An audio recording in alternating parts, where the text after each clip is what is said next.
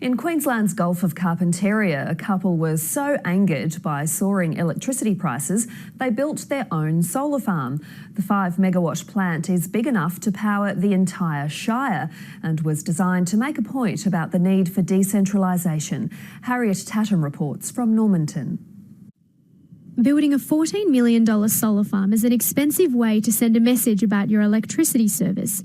But for Lynn and Doug Scouller, it's cause for celebration. The Scoulers live in Normanton, 500 kilometres north of Mount Isa. They're right at the end of the electricity line. We suffer from an unusual amount of unplanned outages, blackouts out here.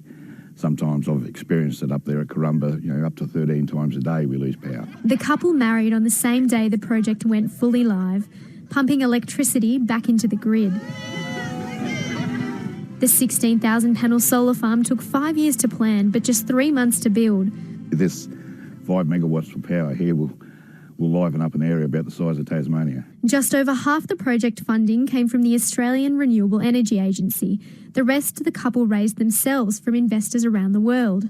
The electricity generated here is being fed back into the grid, making money for the Scoulers and their investors.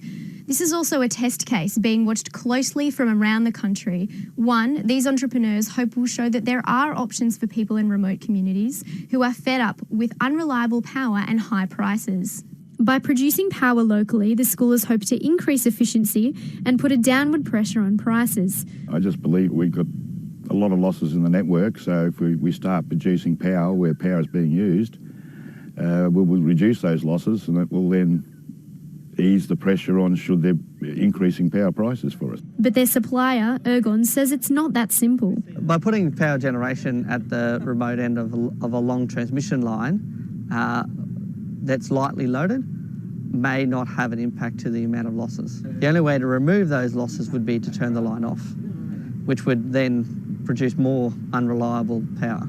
But the Scoulers are adamant their business case will work. Extremely confident. We did a lot of pre-planning, a lot of calculations, a lot of engineers. There were no doubt at all. And the newlyweds say they'd do it all again. Harriet Tatham, ABC News, Normanton.